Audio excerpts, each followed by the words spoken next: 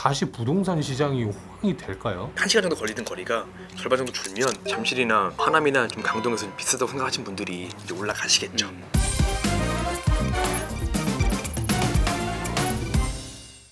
예, 안녕하세요. 최창의 속풀이 최남영 이한기 기자입니다. 네, 2024년 갑진년새가 밝았습니다. 속풀이 시청자분들 새해 복 많이 받으시고 건강하셨으면 좋겠습니다. 네. 작년 한 해 동안 저희 속풀이 사랑해주셔서 정말 감사드리고 예. 저희 속풀이 2024년을 맞아서 약간의 리뉴얼을 했습니다. 뭐 일단은 좀 오늘은 새해 첫 타기도 하고 좀 새해라는 좀 기분에 맞춰서 올해 개통 예정인 철도에 대해서 좀 소개를 드릴까 합니다. 그러면 올해는 좀 작년이랑 다른 분위기로 흘러갈까요? 네, 뭐 일단 앞서 말씀드린 데 좀 그럴 것 같다라는 생각이 드는데요. 뭐 제가 얼추 좀 조사를 해봤더니 현재 한 10개 정도의 철도가 좀 그 개통을 대기를 하고 있고 좀 이 가운데 뭐 저의 개인적인 판단일지 모르겠지만 한 3-4개 정도는 좀 관심 노선이지 않나 라고 좀 생각이 좀 들었습니다. 어떤 노선을 말씀하실지 좀 궁금해지는데 GTX A? 아닌가요? 네, 혹시 뭐 서대계 3년이면 풍어를 읊는다고 역시 뭐 이한 기자가 맞출 줄 알았습니다. 그래서 일단은 수도권하고 뭐 지방 분들을 다 포함하셔가지고 워낙 관심이 많은 뭐 사업이시죠. 올해 3월에 GTX A 노선이 드디어 개통을 하는데요. 좀 사실 좀 그 전에 개통 시기를 놓고 좀 말이 좀 많았었잖아요. 근데 이제 좀 깔끔하게 우리 윤석열 대통령께서 정리를 해주셨죠. 정부는 GTX 공사도 초고속 급행 열차 같이 속도를 높여서 완공 시기를 최대한 앞당기겠다라고 말씀하시면서 3월 말에 개통하겠다라고 공언을 하셨죠. GTX A 개통 시점을 두고 이렇게 특정 시점을 못 본 건 이때가 처음이라서 이 발언에 참 이제 의미도 부여되고 좀 많이 관심이 좀 몰렸는데요. 한 가지 좀 아쉬운 부분이 좀 있어요. 그러니까 GTX 아까 말씀드린 대로 A가 파주에서 동작까지 이 쭉 노선인데 전 구간 개통이 아니라요. 남부 구간이죠. 뭐 이제 동탄에서 수서까지만 있는 그 노선이 일부 개통한 부분 개통입니다. 그 국토부가 작년 9월달에 그 출입기자단을 대상으로 좀 시험 운행을 공개한 적이 있는데요. 이게 실제 현재 그 GTX A 노선 달 실제 차량이에요. 승객들이 앉을 만한 의자와 내부 공간입니다. 이 GTX 차량이 뭐 최고 150km 뭐 원아워로 운행을 했는데 제 느낌상으로는 수서역에서 동탄역까지 20분이 걸리지 않았거든요. 근데 물론 뭐 중간에 정차역인 성남역하고 용인역을 서지 않고 가긴 했는데 뭐 성남역과 용인역을 정차한다고 해도 한 22-3분, 한 25분 이내로 갈 수 있다는 게 그 당시에 국토부의 설명입니다. 수서역에서 동탄역은 SRT가 있잖아요. 다니고 있죠, 그쵸? 예. 근데 이제 굳이 또 이 GTX가 또 다녀야 될 이유가 있을까요? 네. 그리고 있어요? 네, 그리고 이제 중간 정차역인 게 이제 성남역 그리고 용인역인데 여기가 서지 않는다고 하던데 네. 이제 성남역이랑 용인역 정차는 또 언제쯤 되는지도 궁금해가지고. 질문이 너무 많은데 한 번에 하나씩만 해주시죠. 질문을. 하나 일단 없어. 일단 설명을 드리면 뭐 SRT 중복 운행에 대해서는 사실 좀 회의적인 목소리도 있는 게 사실이에요. 근데 이제 일단 GTX라는 이제 개념이 처음 등장하고 뭐 김문수 도지사가 이제 경기도지사 근무할 때 나왔던 개념이다 보니까 약간 15년 만에 실체를 드러낸다는 점에서 의미가 있는 부분도 있고요. 사실 좀 이런 맥락에서 좀 올해 뭐 8월 하반기 정도가 되면 북부 구간이죠. 파주 운정 구간에서 서울역 구간도 운행에 들어갈 예정인데요. 이제 남은 구간이 그러면 이제 서울역에서 수서 구간이잖아요. 근데 이 사이에 지금 현재 삼성역이 있는데 또 현재 삼성역에 지금 현재 복합 환승센터라는 그 큰 건물을 하나 짓고 있는데 좀 사실 이게 좀 계획대로 좀 지어지지 않고 있어요. 한 2028년 정도가 되면 GTX A 노선이 전 구간 운행이 가능하지 않을까 이렇게 좀 예상을 좀 하고 있고요. 그다음에 이제 또 두 번째 질문이죠. 뭐 성남역과 용인역 뭐 잘 지적을 해주셨는데요. 사실 성남역과 용인역은 각각 좀 개통 시기가 달라요. 현재 저희가 취재한 바로는 성남역은 좀 A 노선 개통 직후에 정차가 가능할 거라 보고 있고요. 성남역을 통해서 뭐 GTX A나 뭐 경강선 또 추후에 이제 저희가 앞서 설명드렸죠. 월급 판교선 환승을 고려하면 충분히 좀 성남역도 좀 활용 가치가 있지 않냐, 활용 가치가 높지 않겠냐라는 게 좀 국토부의 긍정적인 전망입니다. 근데 좀 용인역이 좀 늦어질 것 같은데요. 용인역은 현재 국토부 계획은 한 올해 6월 말 정도, 7월 초 정도 정차가 가능할 것으로 예상을 일단 좀 하고 있습니다. 네, 방금 말씀드린 이 내용 약간 어려우셨죠? 제가 팩트체크 한번 해드리도록 하겠습니다. 네, 성남역 활용도가 높다고 얘기를 해주셨는데요, 선배께서. 이 부분을 제가 자세히 설명을 드릴게요. 성남역 활용도가 높은 이유는 성남역 부근에 이제 경강선과 그리고 GTX A 그리고 월곶 판교선이 지나가면서 이 세 개의 선이 밀집되어 있어서 교통 인프라가 확장됐기 때문입니다. 지도를 보시면요, 경강선이 통과하는 부분은 성남역과 임해역, 이제 GTX A는 수성역을 시작으로 성남역과 용인 그리고 동탄역으로 이어지고요. 그리고 월곶 판교선은 월곶역에서 판교역까지 환승이 가능해서요, 성남역 부근 일대가 활용도가 굉장히 높아졌다라고 보시면 될 것 같습니다. GTX A 노선만으로도 지금 굉장히 설명이 길었는데 네. 또 다른 관심 노선은 어디 있나요? 예, 좀 이번에 좀 시선을 좀 수도권 동부권으로 좀 돌려보겠습니다. 저희가 시즌 1에서 그 당시에 연장이라는 주제로 한번 속풀이를 진행한 적이 있었잖아요. 근데 그 당시에 잠깐 언급한 노선인데 관심 많으신 분들은 아마 아실 거예요. 별내선이라고요 부르는 노선인데 지하철 8호선 연장선입니다. 지하철 8호선 연장 종점이 어딘지 아시죠? 암사랑 모란 아니에요? 예, 암사 모란예. 네. 예. 여기 이 노선이 이어져서 별내까지 이어진다는 얘기 듣긴 했어요. 구리 토평, 뭐 구리 남양주 다산, 뭐 별내까지 가는 연장선인데요. 이 노선도 개통 시점을 두고 좀 말이 많았었어요. 뭐 2020년에 한다, 23년 하반기에 한다, 뭐 예상이 좀 있었는데요. 올해 상반기말 개통을 목표로 공사를 진행을 하고 있고요. 근데 이쪽 남양주나 별내 이쪽에 네. 지인들이 좀 있는데 네네.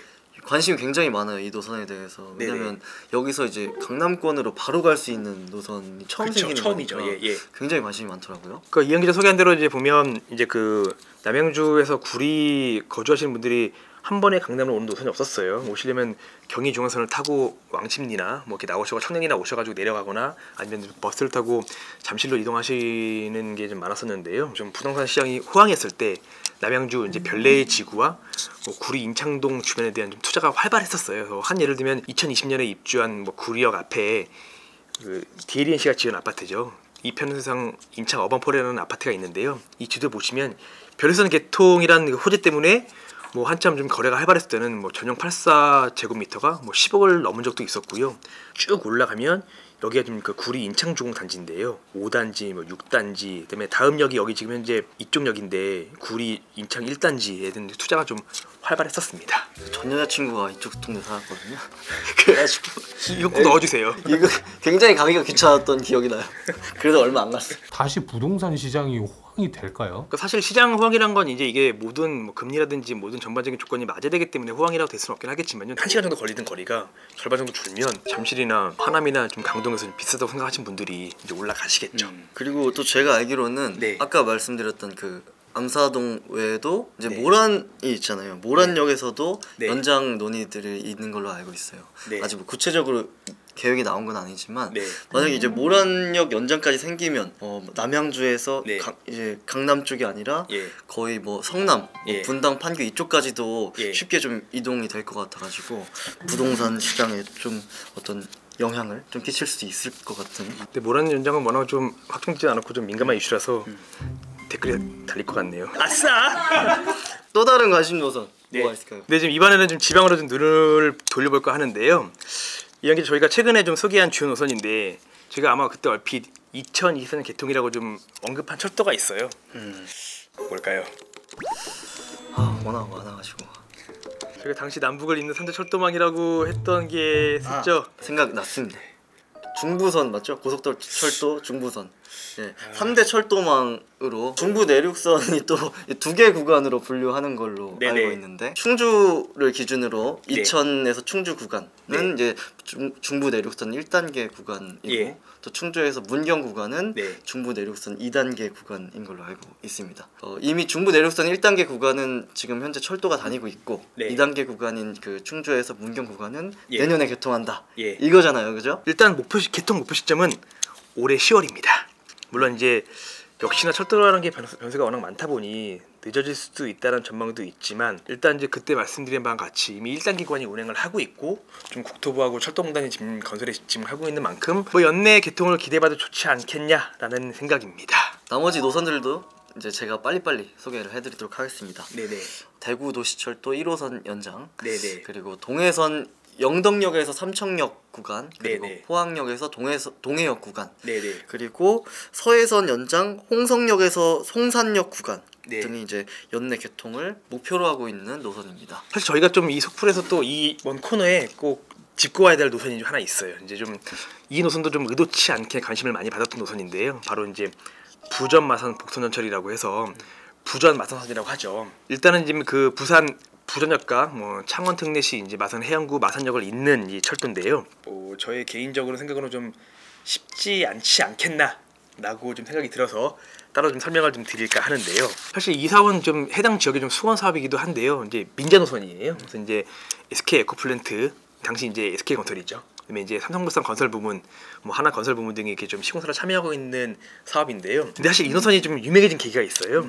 다들 기억하실 텐데 2020년 3월이었죠. 낙동강 연역 지반 그 이제 붕괴 사고가 있었는데요. 당시 그 현장이 이 부전 마산선 209입니다. 최근 이제 그 국토부에 24년 말로 복원을 했지만 이제 그 PF 대출을 해주는 대주단 쪽에다가 좀 한 1년 6개월 정도 좀 중국 요청 연기를 좀 했어요. 그러니까 다시 말하면 25년 초나 25년 한 상반기 말 정도는 돼야 개통이 가능하기 때문에 대출을 연장해달라고 지금 요청을 한 건데요. 일단은 그 부분이 일단 대주단은 일단 좀 뭐 연장 승인을 좀 오케이를 했고요. 이게 궁금한 게 네. 지금 현재 터지는 부동산 PF 대출과 좀 관련돼서 연장을 해달라고 한 건가요? 아니요, 그러니까 이거 같은 경우는 예를 들면 이제 다른 개념인데요. 이제 근데 PF라는 이제 그 대출은 똑같지만 이거 같은 경우는 이제 원래는 23년 말까지로 이제 PF 만기를 해놓으면 이때까지 준공을 해놓고 다 상환을 해야 되거든요, 돈을. 근데 이제 상환이 안 되면 이 SPC가 파산을 해버려야 돼요. 그러니까 파산을 막기 위해서 이제 이 SK 에코플랜트가 이제 우리가 중공이 아직 안 되고 돈이 안 들었으니 대출 연장을 좀 해줘. 대신 우리가 좀 더 이자 부담을 하고 할 테니까. 그래서 이제 그런 개념인 거고요. 그러니까 PF라는 개념은 똑같지만 저희가 흔히 요즘 태형건설 터지고 있는 그건 이제 아파트나 이제 그런 뭐 대형 개발 사업들. 이거는 이제 그 쉽게 말하면 토목 SOCPF라서 좀 다른 개념입니다. 다시 돌아와서 네. 일단 이제 SK 에코플랜트 대주단이 이런 협약을 좀 맺었기 때문에 이런 분위기를 놓고 보면 좀 올해 개통이 좀 힘들지 않을까라고 좀 예상을 좀 하고 있습니다. 댓글에 대한 답을 하기 전에 근데 또 차장님께서 네. 그 자체 AS 하실 내용이 있다고 하시는데 GTX-B에 대한 좀 보완 설명을 좀 드리겠습니다. 그러니까 저희가 지난번 속풀이에서 GTX-B 실시 협약이 좀 민투심 의결로 가능하다고 했는데 일단 실시 협약이 이제 예상과 달리 좀 안 됐고요. 빠르면 뭐 올해 1월 말이나 2월 정도 이제 1분기 민투심이 예정이 돼 있는데요. 그때는 좀 올라가서 좀 이제 좀 의결을 받지 않을까, 처리가 되지 않을까 예상을 좀 하고 있고요. 이후 이제 의결이 완료가 되면 국토부와 이제 민간 사업자죠, 대우건설 컨소시엄이 좀 협약을 맺고 착공 준비를 좀 할 것 같은 분위기입니다. 네. 우선 저희 최성수님과 네. 그다음에 기가찬다님, 네. 카항인님 네. 그리고 어설픈 총장비님 등이 GTX-B 추가 정차역에 대한 의견을 주셨어요. 네, 일단 좀 다양한 의견 뭐 감사드리고요. 일단 저희가 좀 그 GTX-B 속풀이에 말씀드린 바와 같이 지금 실시 협약 안에는 정차역 추가안이 일단 없습니다. 그리고 이 자리를 통해서 좀 말씀드리면 저희가 늘 응원해 주시는 감사 스마일님이 좀 계속 간만에 좀 댓글을 달아주셨더라고요. 다시 한번 감사하다는 말씀을 좀 드리겠습니다.